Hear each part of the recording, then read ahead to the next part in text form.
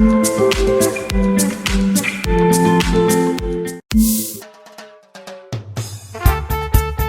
man, yo kakampe.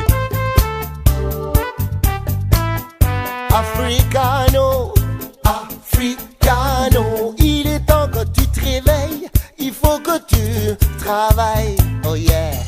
Télématokeme, Africano, Africano, tu as tout dans ta maison, mais tu trimes sans raison, oh, oh yeah. Voilà, fidèles téléspectateurs, bonjour et bon week-end chez vous à la maison.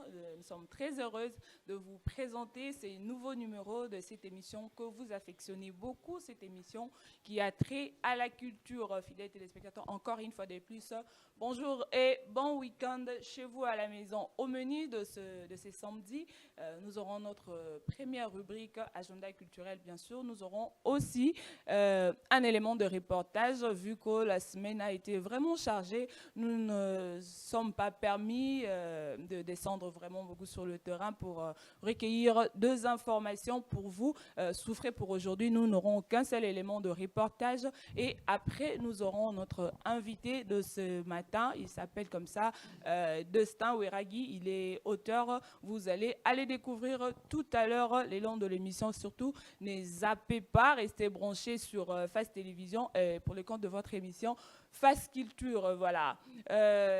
Sans plus tarder, nous allons prendre en premier notre première rubrique, agenda culturel. Aussi, la régie est prête, avec la régie qui est coordonnée par Idriss Deneoade, Montréal. Si tu es prêt, tu nous balances notre première rubrique, agenda culturel, et on se retrouve tout juste après. C'est parti.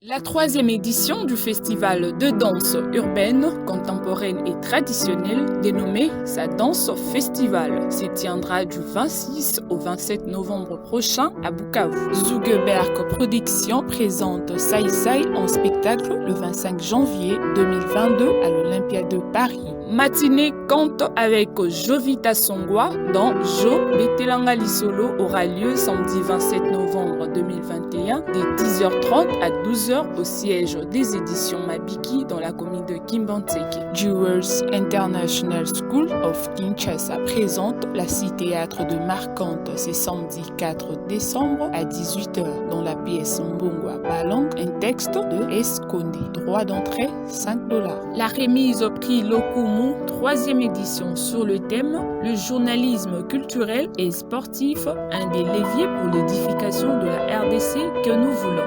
Un atelier, conférence et débat, speed meeting et soirée des galas aura lieu le 26 novembre prochain au Musée national de la RDC. La troisième édition du Festival international de poésie de Kinshasa dénommé Poète autour d'un verre aura lieu en décembre prochain. La 8e édition du Festival Amani se tiendra du 4 au 8 février 2022 à Goma. La Fédération d'improvisation congolaise organise la 4e soirée d'improvisation théâtre, mardi 30 novembre 2021 à la Grande Halle de l'Institut français de Kinshasa à 18h30.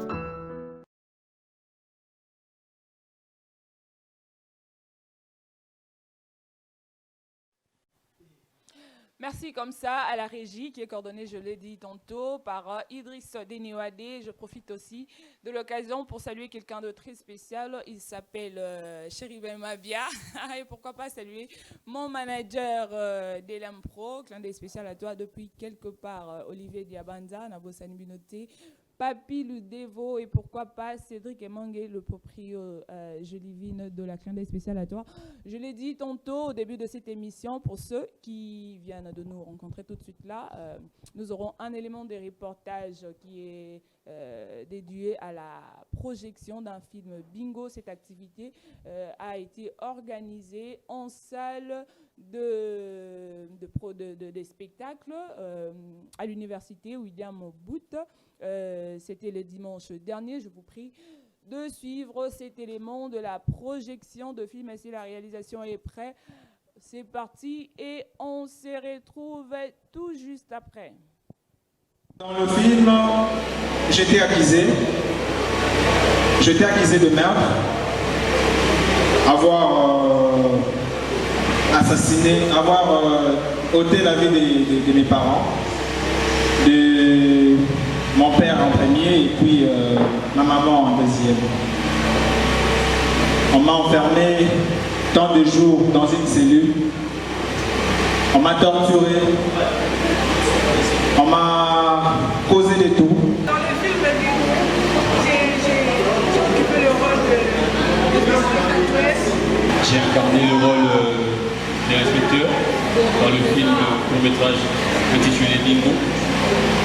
Et mon rôle en fait était, à un moment j'étais un peu chaud, à un moment j'étais froid. Du coup le sens humain travaillait parce que on essayait un peu de comprendre pourquoi on doit maltraiter quelqu'un si on n'arrive pas en fait, à recevoir comment on appelle ça, le vrai résultat. Et du coup, dans les films, on a justement essayé d'exposer ce qui s'est fait en cachette. La vie réelle et certains services de renseignement, certains services qui sont habilités à faire ce travail, ne les font vraiment pas comme on le souhaite. Donc du coup, nous, dans le film, on a exposé cela. Et mon rôle était justement un peu apprécier, faire comme eux les font, mais à un moment donné, mon sens humain travaillait et me disait, me reprocher pour dire que voilà, c'est pas comme ça qu'on procède.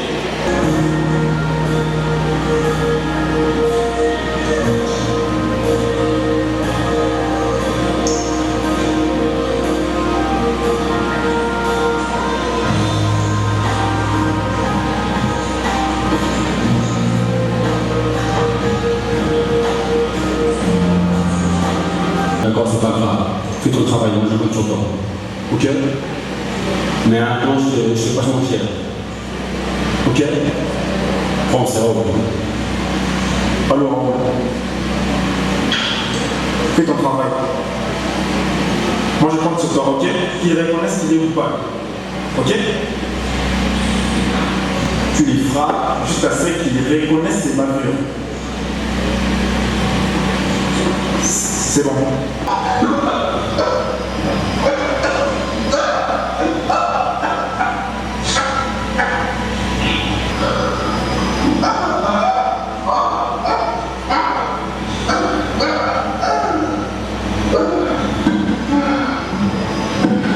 Sporteur avec sa conseillère l'envoie en mission. Entre le jeune niveau et l'envoyé de l'inspectrice, la conversation tourne vite en durée. Bingo finit par révéler réellement les leçons et relate avec toute la précision détaillée son histoire et sa petite fille à celle-ci. Captivée par cela, la conseillère promet de réagir aussi vite que possible, en moins de ce soir. Je suis là de la part de la commissaire. Cher Bingo, je sais combien je souffre, mais dis-moi, pourquoi tu endurcis ton cœur et acceptes toutes ces tortures?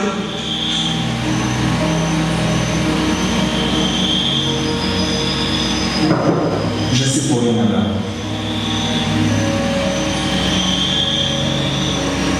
Je suis innocent.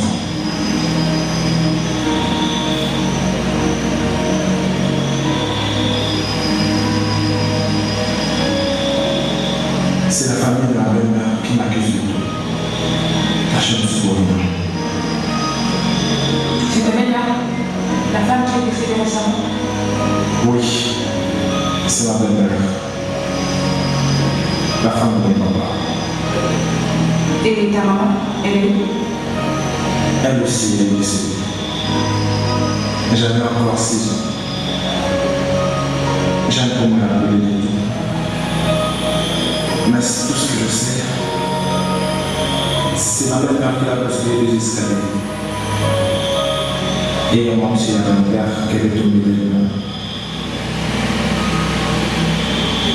Mon père l'avait cru puisque personne n'était à la maison pour témoigner. Et comment tu as su que c'est elle qui était l'auteur de ce livre? Je crois l'avoir dit que j'étais trop jeune. Mais je m'en souviens de ça quand même, parce que c'est la seule image qui me vient souvent. Ma maman était en train de torcher et ma belle-mère me venait avec moi. Elle a bousculé les escaliers. Mais avant ça, elle s'était chamaillée de mort. Papa me disait rien. Je ne sais pas pourquoi. Ce qui est bizarre est que tu n'avais que 6 ans et tu n'as rien dit. Non. Et tu n'as rien dit à ton père? Non.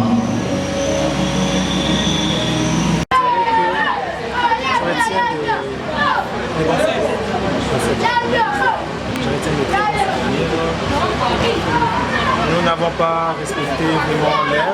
Là, vraiment, je suis trop précis. Nous n'avons pas respecté l'air. Mais au moins, tout le monde qui était venu était là pour nous. Tout le monde était venu, était là pour nous. Alors, je retire vraiment de très bons films. J'attends tout. Les critiques, les remarques, les fleurs. Et surtout que ces films puissent apporter un plus. Ouais, je suis Désiré Mido. Dans les films, j'ai joué le rôle de l'inspecteur. Et c'est un film qui donne, en fait, qui nous montre, en exposé, la vie réelle, la vie cachée, de ce qui s'est fait même à l'intérieur des services et tout ça. Et du coup, ça n'a pas été facile de le faire. C'était vraiment difficile. Personnellement pour moi, de jouer ce rôle, j'avais à un moment donné une sorte de frisson parce que voir comment on est en train de torturer quelqu'un et au moment où on ne sait même pas si c'est vrai ou c'est faux, on l'accuse, on l'a accusé et nous, on n'a pas de fait, mais nous sommes passés à torturer la personne et c'est vraiment ce qui se passe dans le secret. Ici même, je l'ai dit dans notre pays, c'est ce qu'on vit. Alors, les difficultés sont énormes. Vraiment arriver à exposer cette œuvre d'esprit comme celle-là, ça n'a pas été facile. Le jeu n'a pas été facile pour nous. Donc du coup, on a souffert, on a fait des nuits blanches, on a peiné vraiment pour arriver à réaliser cette œuvre. Mais pour la suite, on espère vraiment qu'elle sera encore éblouissante. Donc pour nous, on est là pour le travail, on va continuer à le faire et de toute manière. Grand merci à Idriss, je ne cesserai jamais de le dire, puisque c'est lui qui est en train de réaliser cette émission, fidèles téléspectateurs. Je l'ai dit tantôt que sur ces plateaux, nous aurons à partager le reste du temps avec un auteur, il s'appelle Destin Ouerabi. Je vous informe qu'il est, à part être auteur, il est aussi photographe, il est designer, donc c'est vraiment un passionné de l'écriture depuis son jeune âge, à qui je dis déjà bonjour Destin. Oui, bonjour Prisca. Tu vas bien? Oui, je vais très bien, merci pour l'invitation dans l'émission.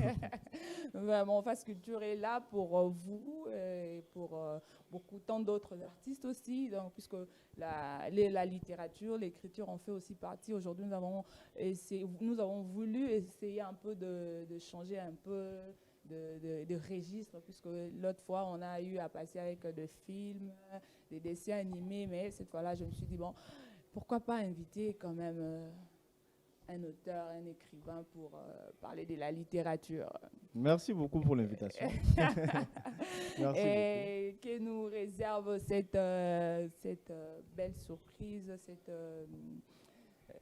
vous êtes là aujourd'hui pour parler de vous et de vos œuvres.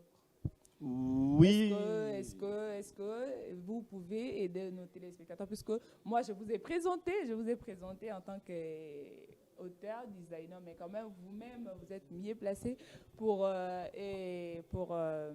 se présenter devant les téléspectateurs qui nous regardent, pour qu'ils puissent vous connaître encore plus davantage. Ah, ok. En fait, moi, c'est, comme vous l'avez déjà dit, moi, c'est Destin Ouerabi. Okay. Je suis auteur, éditeur, photographe et designer graphique. Éditeur en plus. Oui, je suis éditeur en plus. Éditeur de Andy Book. Oui, je suis éditeur chez Andy Books. Ah, Ok, Voilà. d'accord. Fidèle téléspectateur, vous avez compris que Omoni Awara, Yemo Kwaku s'est présenté bien. Il s'est présenté encore une fois de plus à Baxi, en plus au-delà de ce que je vous avais dit. Au destin, d'où est venue cette idée de l'écriture et comment vous avez eu vous avez abordé vos premiers pas dans cette belle aventure de l'écriture? En fait, d'abord, pour moi, l'écriture, c'est une passion. Ok. Je n'ai pas fourni d'efforts pour commencer à écrire. Mhm. J'ai commencé à écrire depuis mon plus jeune âge, depuis que j'étais adolescent. J'ai commencé déjà à écrire. Mais avant de commencer à écrire, je lisais d'abord parce que j'étais aussi passionné de la lecture. Je lisais depuis mon plus jeune âge. J'étais abonné à la bibliothèque de mon école et de temps en temps, je retirais des livres, je lisais. Et c'est en lisant cela, en faisant cela, qu'est venue l'envie d'écrire. Voilà, venue d'écrire. J'ai commencé à écrire des poèmes. D'ailleurs, j'en ai écrit beaucoup quand j'étais adolescent. À l'école secondaire, j'en ai écrit beaucoup. Et puis, à un certain moment, j'ai comme si arrêté. Bon, ça ne m'intéressait pas en fait trop. À un certain moment, tu as dû laisser pour aller faire autre chose. C'est là maintenant que je me suis intéressé à la photographie. À la photographie, voilà. Et un peu au design. Ouais. Mais comme c'était vraiment cette passion, à un certain moment, je me suis retrouvé que j'avais beaucoup de poèmes que je voulais maintenant éditer. Voilà. J'ai cherché un éditeur, je l'ai édité. Ok. C'était où? C'était d'abord ici, mais j'ai trouvé des éditeurs ici, mais je n'ai pas voulu éditer ça ici. J'ai trouvé une offre en fait en France. J'ai édité ça en France, aux éditions Eddy Livre, et les livres a été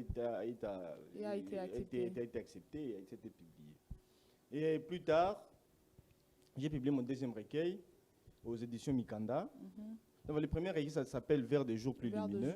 Et ça se vend sur le site internet de l'éditeur en France. En ligne. Et le deuxième livre, c'est toujours un recueil de poèmes. C'est Sur le parvis de mon cœur. Sur le parvis de mon cœur, voilà. Que j'ai édité chez Mikanda.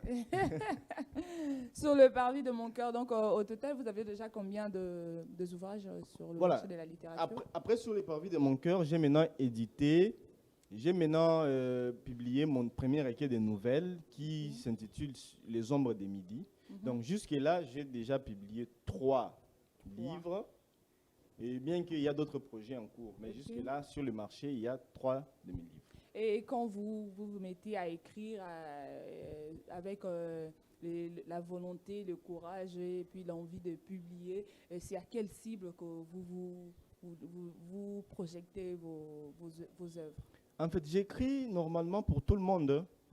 J'écris pour tout le monde. Les livres peuvent être lus par tout le monde, c'est-à-dire que ce soit les jeunes, les enfants, les jeunes et les vieux. Les blancs ou les noirs. Donc, aux amoureux de la lecture. Tout le monde, en fait. Les messages centrales de mes textes, c'est en fait le courage, les changements. En fait, j'écris en fait pour inciter les jeunes à un changement. À un changement de mentalité, puisque aujourd'hui, c'est vrai, sur la toile, tout le monde en parle, Nini Tosalité, mais vous êtes comment je peux dire, de la même avis que les autres. Donc, il y a partie que non, tu as changé de mentalité. Donc, vous incitez les gens au changement de mentalité. Oui, en fait, c'est ça. Oui, c'est ça. Bon, je ne dirais pas qu'on a déjà tout fait, ni une totalité. En fait, je suis de ceux-là qui croient qu'on n'a pas encore tout fait. Il y a encore beaucoup de choses à faire. Et c'est la raison pour laquelle d'abord, nous écrivons, nous essayons d'animer des ateliers d'écriture, nous essayons d'animer des ateliers de lecture, nous incitons les jeunes à lire, et aussi à écrire, parce qu'il y a encore beaucoup de choses à faire. Et notre pays est encore vierge dans certains domaines, et ça mérite d'être récupéré par la jeunesse et qu'on investisse dedans, en fait. Et on a encore beaucoup de choses à faire. Ok. Parmi 3 ouvrages que vous avez cités là tout à l'heure, vous avez dit que vous avez aussi écrit un ouvrage intitulé Les ombres de midi. Exactement, d'abord, c'est ma dernière parution. Okay. Les Ombres de Midi, c'est un recueil de nouvelles que j'ai écrit en fait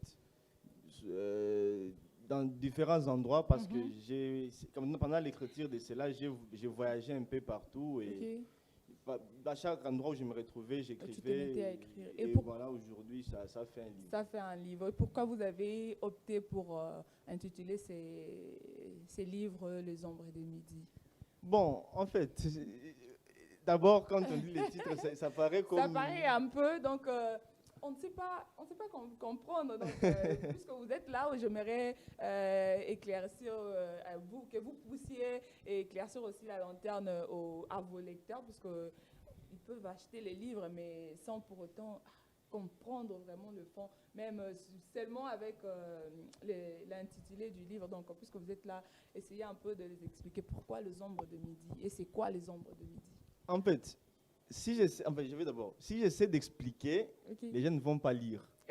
Je ne vais pas expliquer. Mais je vais tout simplement montrer la nuance qu'il y a dans les titres. Les ombres de midi. Normalement, à midi, le soleil est au zénith. Et il n'y a pas assez d'ombre. Si tu essaies de t'abriter à midi, c'est difficile en fait. Même les bâtiments, les arbres n'offrent pas assez d'ombre. En fait, si tu cherches des ombres, il faut aller le matin, soit le matin, soit le soir. Là, les après-midi, il y a au moins assez d'ombre. Alors, ça veut signifier quoi tout simplement? Les ombres de midi, ça veut signifier tout simplement que quand on cherche, il y a certaines choses qu'on ne doit pas chercher à un certain moment de la journée. Chaque chose a son temps. Et qu'à midi, il n'y a pas assez d'ombre. Mais je ne saurais pas expliciter trop. En fait, les livres, c'est un recueil de nouvelles. Les nouvelles sont des courts textes, donc c'est un texte qui essaie d'expliquer les périples d'un jeune qui est en train de chercher la vie, qui est en train de batailler pour survivre. Et un jour, vers midi, il est en train de transpirer tellement qu'il y a le soleil qui le frappe, tellement qu'il y a beaucoup de bruit, les embouteillages, et il n'a pas de l'argent aussi pour payer les transports, il n'a pas de l'argent pour acheter même une bouteille d'eau. Alors un scandale va l'arriver, il va bouleverser toute sa vie. Alors, je laisse les lecteurs lire. Et en parlant des ombres de midi, puisque vous venez de dire qu'il n'y a pas vraiment, donc chaque chose a son temps, on ne peut pas toujours chercher tout à midi. Qu'est-ce qu'on peut chercher à midi et qu'est-ce qu'on ne peut pas chercher à midi selon vous? À midi, par exemple, on peut chercher le soleil. Il y a le soleil qui est là. On en trouvera. On en trouvera. On peut chercher la chaleur aussi. Bon, quand on parle du soleil, on voit aussi la chaleur. Il y a aussi la lumière à midi, il y a tout ça. Contrairement aux autres heures de la journée où il n'y a pas tout ça, en fait. Il n'y a pas de soleil. Le soir, par exemple, à minuit, il n'y a pas tout ça. Et d'ailleurs, j'étais tentée de poser cette question puisque vous parlez des ombres de midi. Cela veut dire qu'il y a aussi des ombres de minuit. Oui, on peut dire ça.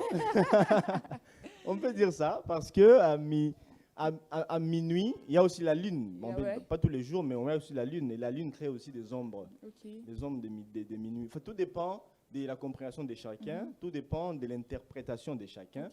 Mais d'ailleurs, quand on dit minuit, peu importe les heures de la journée, quelque part sur la planète, il fait midi. Il fait midi, même si maintenant, là, c'est minuit quelque ici. part, sur le globe, il fait midi quelque part. Donc, les ombres de midi, c'est tout le temps. Donc, est-ce que vous pouvez quand même citer deux ou trois ombres de midi que vous avez fait face dans votre vie, dans votre parcours, selon ce que vous avez écrit, bien sûr? Bon, moi, personnellement, quand j'ai dit les ombres de midi, en fait, quand j'essaie de raconter les périples, les vicissitudes de la vie, les cauchemars qui nous arrivent et tout ça, en fait, chacun a traversé au moins un. On a eu des difficultés dans la vie, à un certain moment de la vie, on a arrêté de croire, à un certain moment de la vie, on a arrêté de se dire qu'un jour, ça marchera. Mais en fait, je ne saurais pas dire personnellement ce que moi j'ai vécu, mais au moins chacun connaît ces instants-là de sa vie où il a connu ça. Il a connu Mais tout ce qui est important dans tout ça, c'est de surmonter ces heures-là de midi, cette chaleur-là de midi, cette souffrance de midi, et de se dire que midi va passer et puis il y aura les heures de la soirée qui vont venir avec beaucoup de calme, moins de chaleur et beaucoup de quiétude. Donc, question toujours de se détendre, puisque tu peux souffrir pendant la journée, mais il y aura quand même un après ces choses, comme le dit. Exactement, comme on dit d'ailleurs, après la pluie, c'est le beau temps. Et moi, je dis après le soleil de midi, il y aura de la fraîcheur de la soirée. Et avec le personnage que vous avez mentionné dans Les Ombres de Midi, est-ce que ce ne sont que de fictifs ou ce sont de personnages réels que vous avez vus, mais vous avez voulu aussi écrire sur leur vie, mais en mettant par exemple peut-être leur nom de côté, vous avez juste nommé différemment. En fait, les recueils de nouvelles là, Les Ombres de Midi, c'est une fiction. Ça n'a rien à voir avec une vraie vie. Ce sont des histoires créées par moi-même. Le fruit de tes imaginations. C'est exactement ça. C'est un fruit de mon imagination et ça n'a rien à voir avec une vraie vie. Si il s'avérait qu'il y a des gens qui ont vécu la même chose ou bien qu'il y a une vraie réalité dans ça, donc ça révélerait qu'il y a d'une pire coïncidence. Donc ça n'a rien à... Je n'ai raconté la vie de personne, ni la mienne, ni de qui que ce soit. Ni de qui que ce soit, ce ne sont que de fiction. Et puisque vous œuvrez dans ce domaine depuis votre jeune âge, est-ce qu'il y a un écrivain, un auteur qui vous inspire, que vous voulez à la longue, quand on vous voit en tant que Destin Wiragi, on voit que c'est vraiment... C'est un portrait caché, comme on dit, de quelqu'un... Il y a quelqu'un qui vous inspire. Oui. En fait, on ne peut pas évoluer dans chaque domaine. Il y a toujours des gens qui ont fait mieux leur travail et qui nous inspirent. Moi, en tant qu'écrivain, d'abord, je dirais, il y a un auteur brésilien qui m'inspire beaucoup, c'est Paulo Coelho. C'est un auteur très connu dans tout le monde. Il a écrit des grands chefs-d'œuvre et qui m'inspire jusqu'à aujourd'hui. Au niveau toujours international, il y a des auteurs qui m'inspirent. Surtout dans le domaine de la poésie, il y a par exemple Victor Hugo qui écrit très bien. Et il y en a plusieurs. Aujourd'hui, dans la littérature contemporaine internationale, il y a par exemple Guillaume Musso, c'est un écrivain français, j'aime le lire en fait, il écrit aussi bien. Et au niveau congolais, notre pays ici, il y a des auteurs qui m'inspirent. Bon, on ne peut pas s'en passer, Zamenga. Zamenga, lui, c'est l'incontournable. Je me dis une fois, quand je me suis mis à lire votre ouvrage, je me suis dit, mais pourquoi Destin, c'est un Congolais, mais il s'inspire toujours, il y a toujours des citations des écrivains étrangers. Pourquoi pas mentionner un écrivain congolais que quand on sera en train de lire, on dit, ça, c'est un Congolais. Vous êtes basé plus sur les citations internationales que nationales. Non, en fait, ce n'est pas ça, parce que dans quelques citations que j'ai citées, il n'y a pas que des auteurs, des auteurs occidentaux, non soit d'étrangers. J'ai cité par exemple Moussa Assarid, qui est un écrivain algérien. Il y a Zamenga, dont on a parlé tout de suite là, que j'ai cité. Il y a aussi une citation d'un auteur congolais, qui est mort malheureusement trop jeune. D'ailleurs, on s'est beaucoup fréquenté, c'était un ami pour moi. C'est Georges Satsemwana, qui était un grand scénariste, un grand écrivain. Bon, paix à son âme. Je l'ai rendu hommage dans mon texte. Moi, je me dis toujours qu'on ne doit pas tous s'inspirer des Européens. Il y a des Congolais, des Africains qui font mieux et on peut toujours s'en servir comme exemple. Des Africains qui font mieux, on peut toujours s'en servir. Destin, vous œuvrez dans la littérature. Est-ce qu'aujourd'hui, par rapport, puisque vous parlez de la littérature contemporaine, est-ce qu'il y a eu une différence avec les gens qui ont œuvré dans ces domaines avant vous et vous qui êtes de la jeune génération qui travaillait dans ces domaines? Est-ce qu'il y a eu une différence, une amélioration, ou soit l'échelle est en train de monter ou il y a un déclin qui se projette? Bon, en fait, dans chaque domaine a ses principes. Et nous, en tant que jeunes auteurs, on se lie toujours à ça.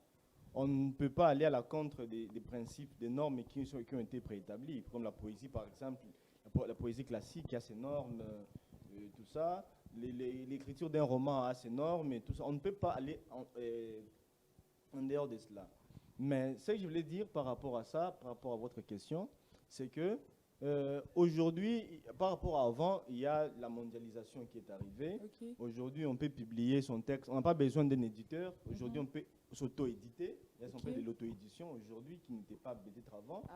Aujourd'hui, on peut publier en ligne une chose qui ne se passait pas avant. On peut publier un livre sans le voir en format papier. En papier. On peut publier... Aujourd'hui, il y a des applications qui offrent cette possibilité, comme par exemple Wattpad.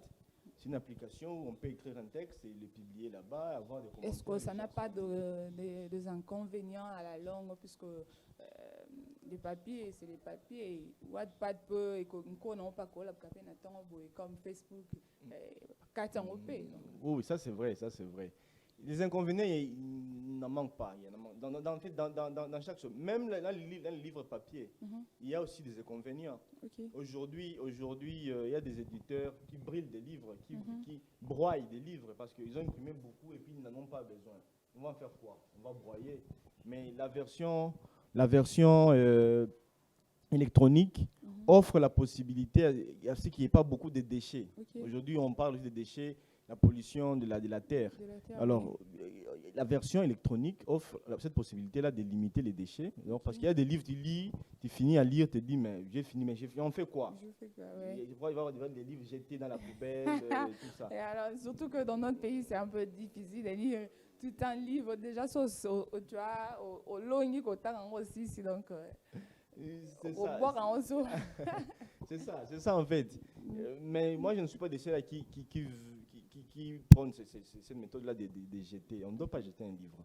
On doit donner ça à quelqu'un. Il y a beaucoup de gens qui ont envie de lire, mais n'ont pas assez de moyens pour acheter. Mieux vaut faire des dons dans des écoles. Il y a des écoles qui n'ont pas de livres.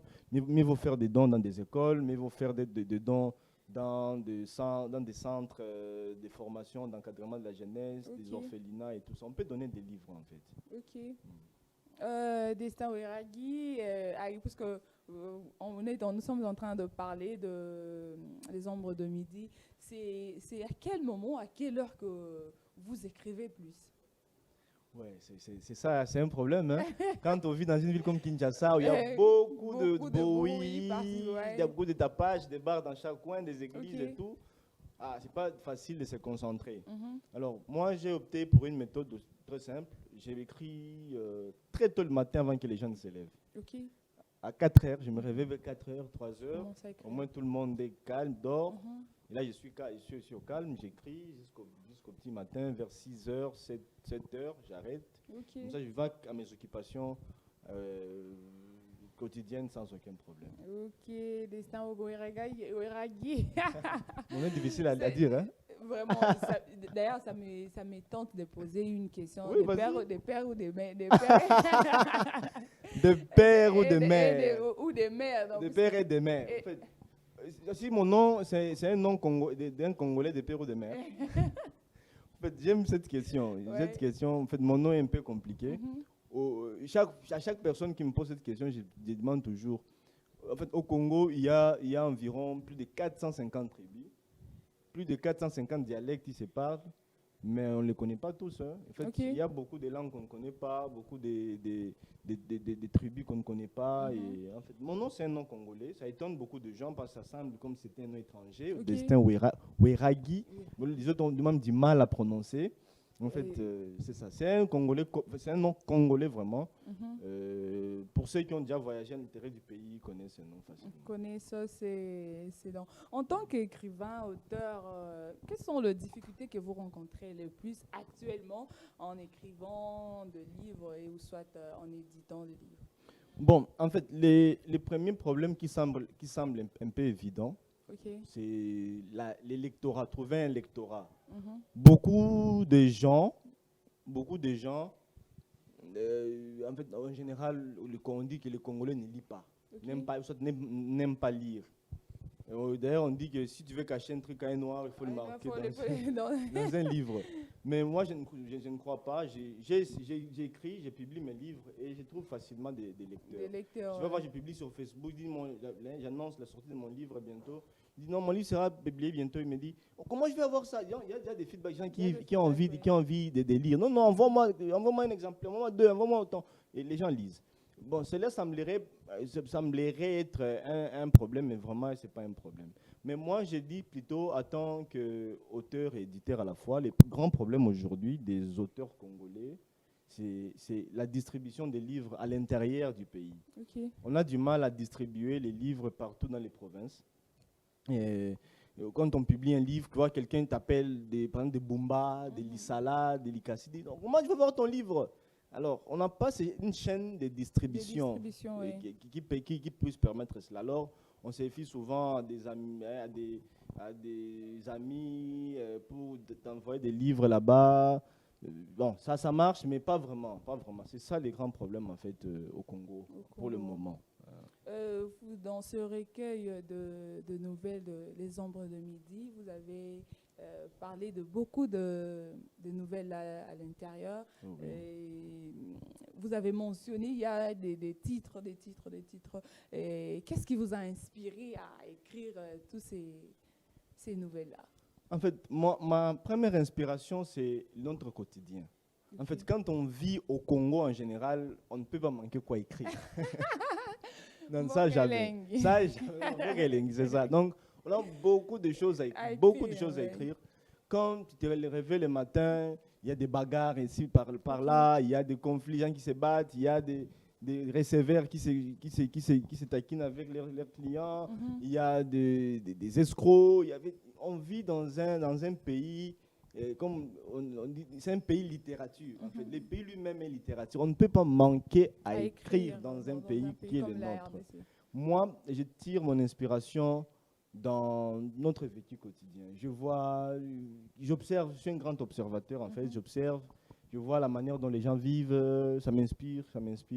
Je vois la vie actuelle, les conditions actuelles des jeunes, les conditions actuelles des mamans qui restent toute la journée sous le soleil en train de vendre, je ne sais pas, du pain, quoi, c'est compliqué. Okay. En fait, toutes ces vies-là nous inspirent. Okay. Et si on écrit ça, c'est pour peindre notre société. C'est un peu pour montrer cette face non dite de notre pays. Et si on le fait, ce n'est pas pour se moquer de ce pays, voilà. Non, c'est pour que les choses changent. C'est pour interpeller la jeunesse, pour interpeller les Congolais en général à s'impliquer au changement. Et le changement est possible. Le changement est possible, comme tu venais de le dire, venait de dire Destin Wiragi. Est-ce que Destin, tu peux quand même, parmi les nouvelles que tu as mentionnées dans ces recueils, Les Ombres de Midi, selon ton choix, choisir peut-être un extrait pour une lecture. Pour une lecture pour nos téléspectateurs, puisque il y a aussi des amoureux de la lecture. C'est vrai, c'est pas après donc ils se sont habitués déjà à vivre un peu de l'ambiance, mais qu'est-ce que tu peux proposer aux téléspectateurs sur ce que tu as écrit? Bon, en fait, je lis une lettre qui est dans une de nouvelles. Oui. La nouvelle s'appelle Rythme symphonique. Oui. Rythme symphonique, bon, c'est l'histoire d'un couple, je ne vais pas tout détailler, mais c'est l'histoire d'un couple qui se sépare. Okay. La femme, parce que le mari n'a rien, n'a pas de boulot, voilà. Alors il s'en va. La femme ferme ses bagages et s'en va. Alors il vend tous les biens de la maison. Et puis il part. Il vend et puis il prend les enfants, il rentre chez elle. Donc c'est une situation que nous vivons actuellement au Congo. Donc, et partout ailleurs, c'est pas seulement au Congo, c'est une situation qui se vit partout. Hein. Donc, voilà. Fidèles téléspectateurs, je vous laisse pendant quelques minutes avec Destin Wiragi qui va nous lire un extrait de nouvelles. Un extrait, voilà. L'intitulé, c'est ça s'appelle Rythme symphonique. Voilà. Si vous voulez lire en entièreté, question seulement de s'approprier du livre Les Ombres de Midi. À toi, Destin. Bon, alors j'y vais. Elle s'appelle. Bon, je commence. Mon amour Chantilly. Je sais que ce n'est pas dans nos habitudes de se communiquer par des lettres. Je me permets de le faire quand même parce que j'estime que ceci te ferait plaisir. Le temps des lettres est déjà révolu pourtant. Je ne saurais pas t'écrire assez, je n'ai plus de cœur. En effet, je n'ai jamais digéré que mon chômage soit la raison principale de notre séparation. N'est-ce pas toi qui avais juré me suivre dans la barque de ma vie, pour les meilleurs et pour les pires? Pourquoi t'es-tu sauvé dès la première secousse? N'est-ce pas que nous avions déjà supporté bien pire que ça, nous deux? Alors je saute, je vais rapidement ici. Tu sais, Chantilly, j'ai mal quand je me remémore tes caprices, ta nonchalance et tes sales habitudes que tu n'as cessé de manifester à mon égard et que, naïvement et par amour, j'ai supporté. J'ai mal quand je pense que j'ai épousé une femme qui m'accompagnait et qui était fière de moi uniquement pendant les moments agréables et qui me délaissait pendant les épreuves. J'ai mal quand je m'imagine une mère prête à séparer les enfants de leur père pour des raisons futiles et fugitives. J'ai mal d'avoir peiné pendant des années pour le bien-être d'une femme inconsciente et cupide. J'ai mal quand je pense à toi, à nous et à nos enfants. J'ai mal, oui, mais aussi je me réjouis. C'est grâce à ces épreuves que j'ai pu bien connaître la femme que j'ai épousée. Merci Destin Weragi, fidèles téléspectateurs aux amoureux de la lecture. Vous êtes bien amusés. Moi, en fait, c'est une histoire triste, mais quand même...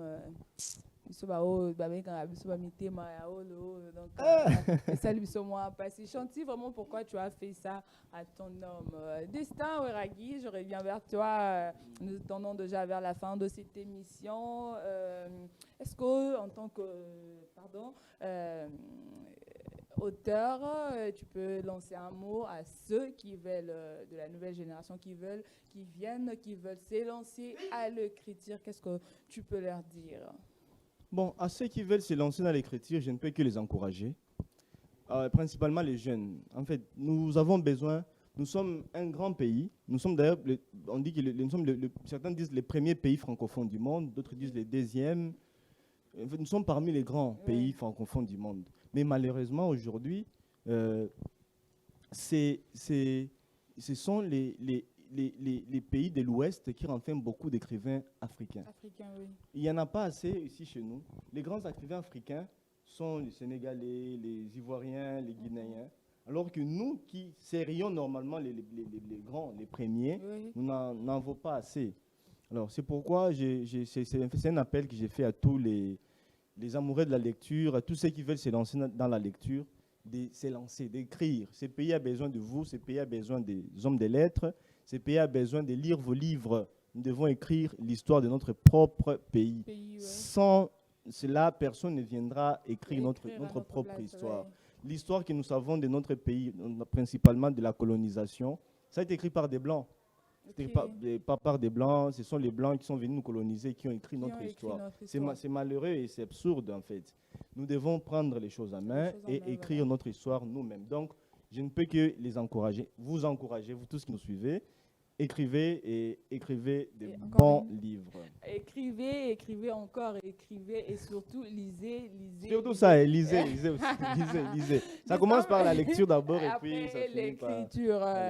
Au-delà des Ombres de Midi, de ces 3 ouvrages que tu as déjà mis sur le marché de la littérature, quels sont tes projets d'avenir? Qu'est-ce qu'on peut attendre en 2022, 2023, pourquoi pas 2030 de Destin Weragi? Bon, pour le moment, je vais bientôt publier mon premier roman maintenant. Ça va être publié aux éditions Mikanda. En fait, j'avais participé à un concours d'écriture organisé par les éditions Mikanda. Et mon livre a été primé prix du jury. Je salue déjà Youssef. Lui, c'est l'éditeur. C'est lui, non? L'éditeur des éditions Mikanda, version Kinshasa. Exactement. Youssef, clin d'œil spécial à toi. Je continue. Voilà, en fait, le livre va bientôt être publié, probablement à la fin du mois de décembre, soit début janvier. Il y a ça. Et à part ça, il y a d'autres projets qui sont en cours, d'autres recueils de poèmes pour peut-être des nouvelles, un peu ça. En fait, je suis aussi lauréat du prix Excellencia de la Fondation Denise Nyakirou. Donc il y a ça aussi. Il y a le recueil qui, je crois que ça sera publié aussi, donc c'est pour bientôt. Donc il y a autant de projets qui nous attendent et nous demandons à tous ceux qui aiment la lecture de rester un peu patients avant de déguster à nos nouvelles publications. Vous êtes passé chez nous ici à Face Télévision pour le compte de l'émission Face Culture. Qu'est-ce que les téléspectateurs peuvent retenir de tout ce que nous avons eu à se dire tout au long de cette émission avant de nous séparer? Bon, pour nos téléspectateurs, je dirais d'abord moi c'est Destin Ouiragui, je suis un passionné de la lecture et de l'écriture, donc je suis un homme de lettres, j'écris et je lis en fait. Et puis je suis aussi éditeur. Pour ceux qui veulent publier leurs livres, ils ne peuvent que nous contacter et nous allons les accompagner. Notre numéro c'est le 085 185 75 55. Je répète, 085 185 75 55. Et ça, c'est pour le compte de Andy Books? Ça, c'est le numéro des maisons d'édition, Andy Books. Andy Books, ouais. Mais vous pouvez aussi me contacter par là, parce que pour le moment, c'est moi qui gère la maison d'édition. Patron. Pas patron. Je ne suis pas patron. Je ne suis qu'un gestionnaire de la maison d'édition. Ils peuvent aussi nous suivre sur Instagram, mais suivre moi personnellement d'abord, Destin Ouiragui sur Instagram, et sur Facebook et sur Twitter. Ils peuvent aussi suivre aussi la maison d'édition sur Instagram, sur Facebook, en écrivant Andy Books, tout simplement. Ok, t'as fini? Ouais, c'est ça en fait. Mon contact, c'est ça en fait. C'est ça, vos contacts. Voilà, merci comme ça à Idriss Deniwade. Et avant de nous séparer, fidèles téléspectateurs, nous allons prendre rapidement notre rubrique Vue sur Net et on se retrouve tout juste après pour clôturer cette émission. C'est parti.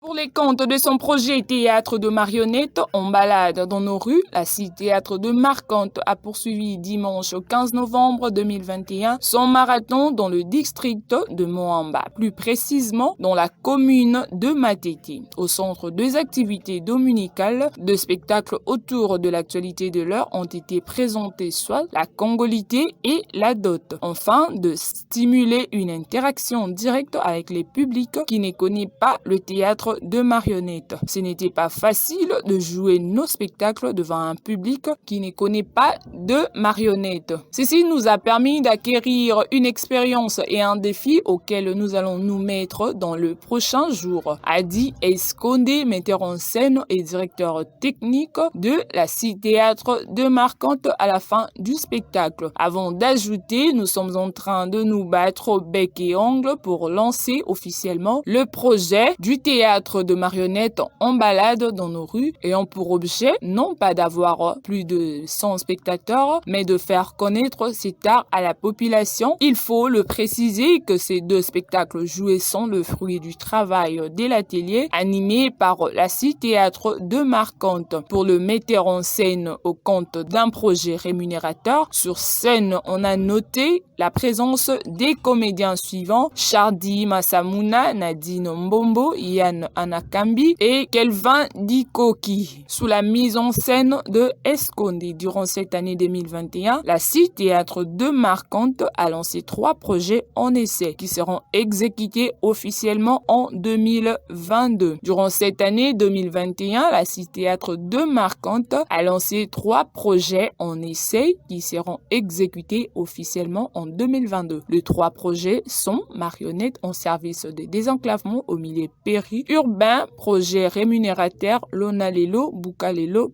Lialelo et le théâtre En balade dans nos riz. Nous signale Masson Mafuta, confrère de Culture Congo.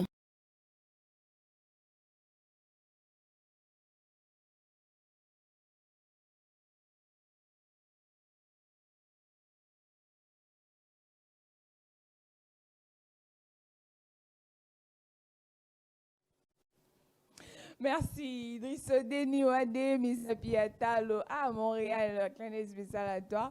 Et je profite de la même occasion pour dire merci à la grande équipe technique qui nous ont accompagnés. Là, je vois Pascal Kalonji, clin d'œil spécial à toi, les caméramans les plus excellents de Face Télévision. Pourquoi pas saluer Joseph Ikati, messieurs, je me tais, clin d'œil spécial à toi, Joseph. Fidèles téléspectateurs, nous sommes arrivés pratiquement à la fin de cette émission. Si vous avez aimé, dites merci à la hiérarchie de Face Télévision qui nous ont donné l'espace pour vous présenter cette émission. Là, je vois le DG Junior Dinanga. Clin d'œil spécial à toi, Chief. Nous sommes arrivés à la fin, comme je l'ai dit. Après moi, fidèles téléspectateurs, vous aurez Face Sport avec Harris. Clin d'œil spécial à toi, Harris. Merci de faire ton entrée. Quant à moi, je vous dis au revoir et à samedi prochain. Bye bye. Hey man, yo kakampe. Africano, Africano, il est temps que tu te réveilles, il faut que tu travailles, oh yeah.